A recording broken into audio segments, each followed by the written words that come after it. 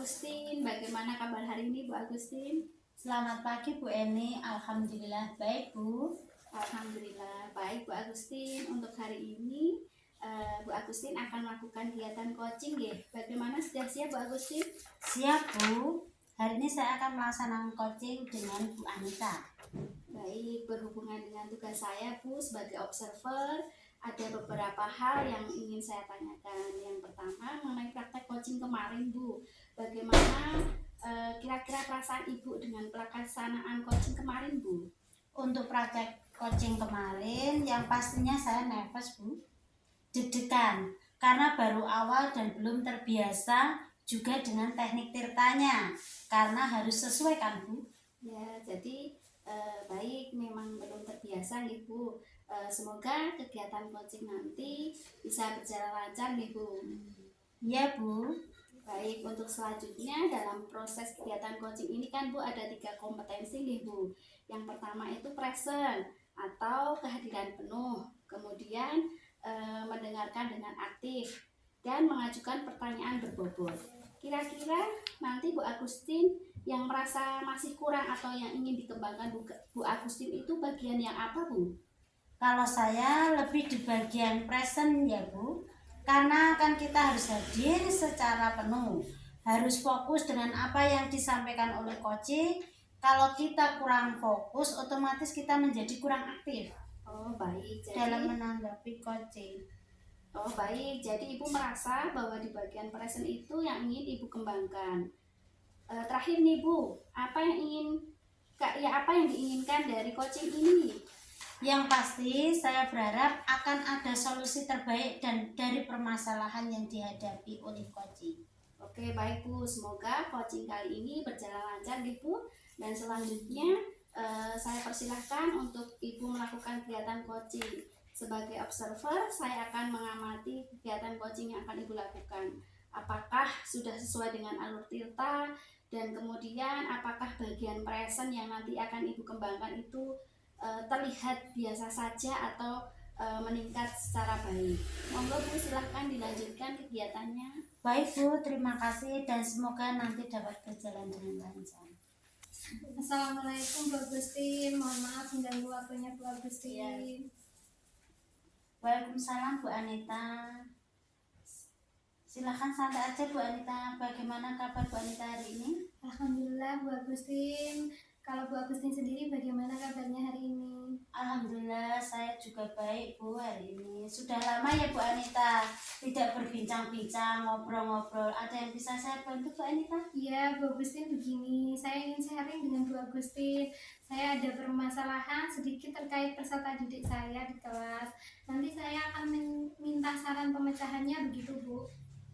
Baik, silakan ceritakan permasalahan terkait dengan siswa Ibu yang ada di kelas sedetail mungkin. Silahkan Bu Anita. Begini Bu Agustin, saya itu kan ngajar kelas 5. Nah, salah satu murid saya itu laki-laki kelas 5 itu seperti hiperaktif gitu Bu. Sebenarnya bukan termasuk anak yang nakal, cuman kalau di kelas dia sering banget kehilangan fokus ketika diajar.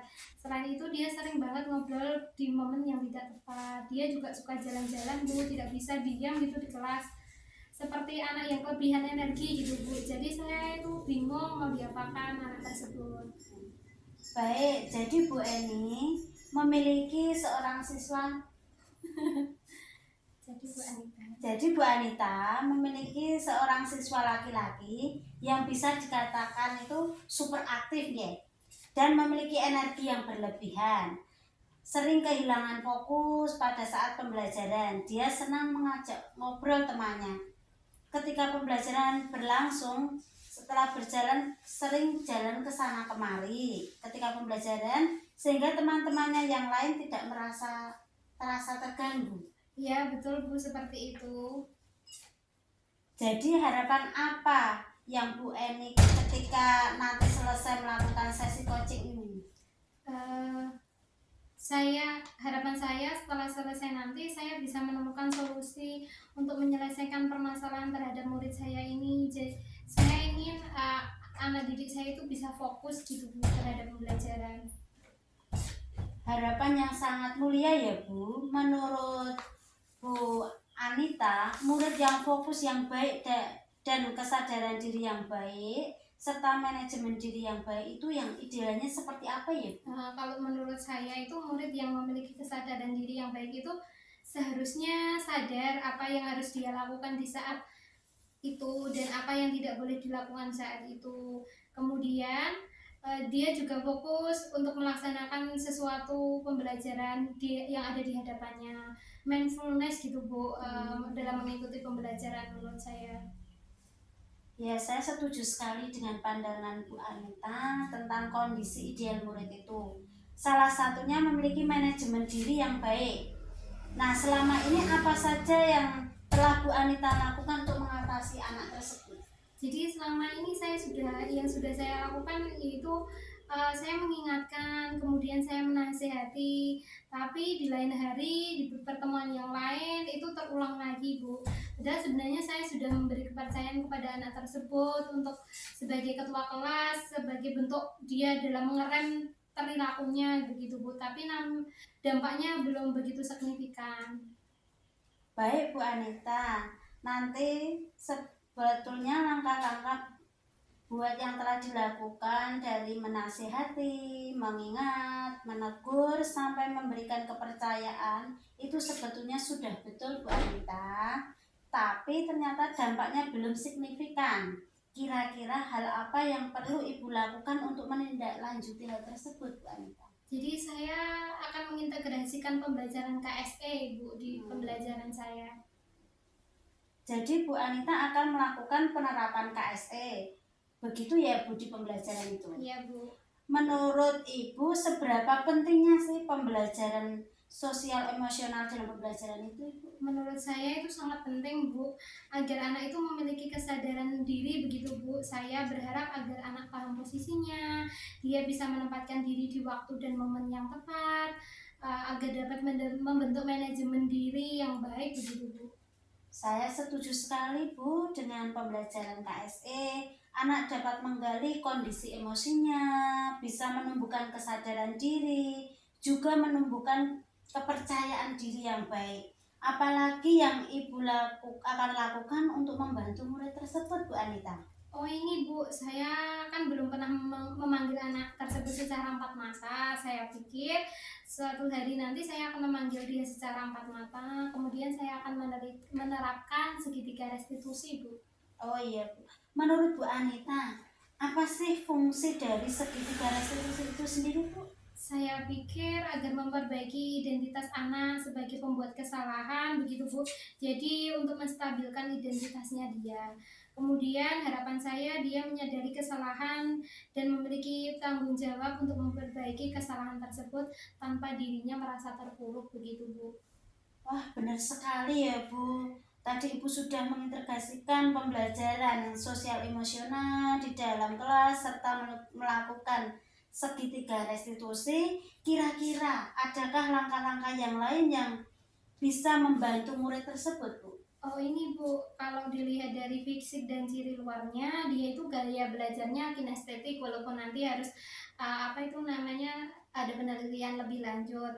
Kemudian saya akan menerapkan strategi pembelajaran diferensiasi proses Bu nantinya. Saya akan menyusun pembelajaran dengan untuk mengalihkan perhatiannya dan menyalurkan energi anak tersebut ke arah yang lebih baik begitu Bu.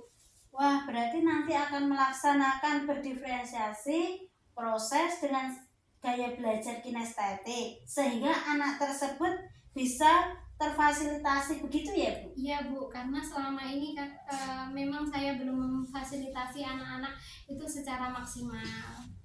Wah, bagus sekali ya Bu Anita. Menurut Ibu, alternatif mana yang memberikan peluang besar untuk dijadikan solusi dan bisa dilakukan dalam waktu dekat ini Bu Anita? Yang pembelajaran berdiferensiasi Bu. Jadi nanti saya akan melaksanakan strategi pembelajaran berdiferensiasi sehingga anak tersebut lebih fokus dan tidak mengganggu temannya yang lain begitu.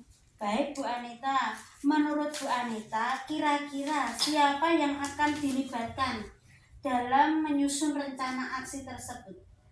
Yang akan saya libatkan adalah anak tersebut ya, terutama yang nomor satu, kemudian teman-teman sekelasnya, terus rekan sejawat, karena saya pengen nanti berbagi praktik baik, berbagi trik-trik dalam menghadapi anak tersebut, Bu. Kemudian satu lagi yang dilibatkan adalah orang tua. Nanti seberapapun perkembangannya, nanti saya akan secara kontinu untuk melaporkan hasilnya kepada orang tua begitu, Bu.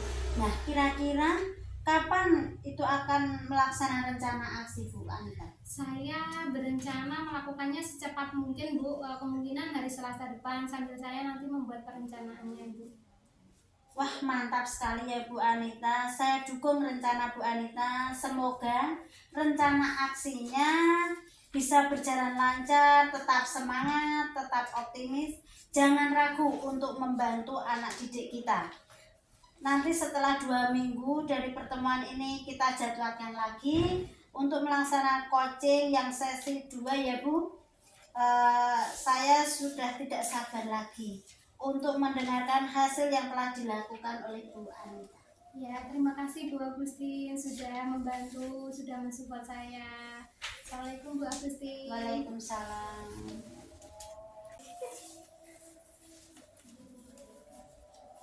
Wah, Bu Agustin, tadi kegiatan coachingnya bagus sekali Bu Agustin. Bu Agustin dan Bu Anita sudah melakukan praktek coaching ya, dengan baik. Terlihat alur tirtanya pada percakapan, yaitu ada tujuan, identifikasi, rencana aksi, dan tanggung jawab. Kemudian ada yang ingin saya sampaikan dari praktek coaching yang sudah Ibu lakukan tadi, khususnya kepada Bu Agustin selaku coach. Menurut Ibu, apakah indikator keberhasilan dari diskusi atau coaching tadi, Bu? Ya Bu, indikator keberhasilan dari diskusi tadi yaitu bagaimana coach dapat menemukan rencana atau solusi untuk mengatasi permasalahan yang dihadapi dan dapat melakukan rencana aksi yang sudah dibuat. Oh baik, jadi untuk rencana aksi dan solusi nanti akan Ibu Anita lakukan sendiri pada pembelajaran ya. Selanjutnya, kemudian tadi Ibu Agustin sampaikan bahwa ingin mengembangkan kompetensi present atau kehadiran penuh. Di sini saya tadi mengamati bahwasanya Ibu sudah melakukannya dengan baik, karena dengan kita hadir secara penuh menjadi pendengar setia pada praktik coaching, itu memberikan pertanyaan yang berbobot dan membuat coaching itu menjadi lebih terbuka dan merasa nyaman dan menggali solusi dari permasalahan yang dihadapi, dan juga dapat memotivasi coaching dalam melakukan rencana aksi yang akan disusun dengan lebih maksimal. Begitu nggih Bu? Ya betul sekali Bu Eni. Terima kasih Bu Agustin selaku coach dan Bu Anita tadi selaku coaching ya, atas praktik coaching yang sudah dilakukan, memberikan pembelajaran bagi kita semua bahwa menjadi coach itu memang harus memperhatikan kompetensi sehingga tercipta solusi dari permasalahan yang dihadapi oleh coaching. Dan sebagai coach itu harus selalu berlatih agar nanti alur ceritanya mengalir seperti air, seperti yang diinginkan Delta. Terima kasih Bu Agustin. Selamat pagi. Assalamualaikum warahmatullahi wabarakatuh. Waalaikumsalam warahmatullahi wabarakatuh.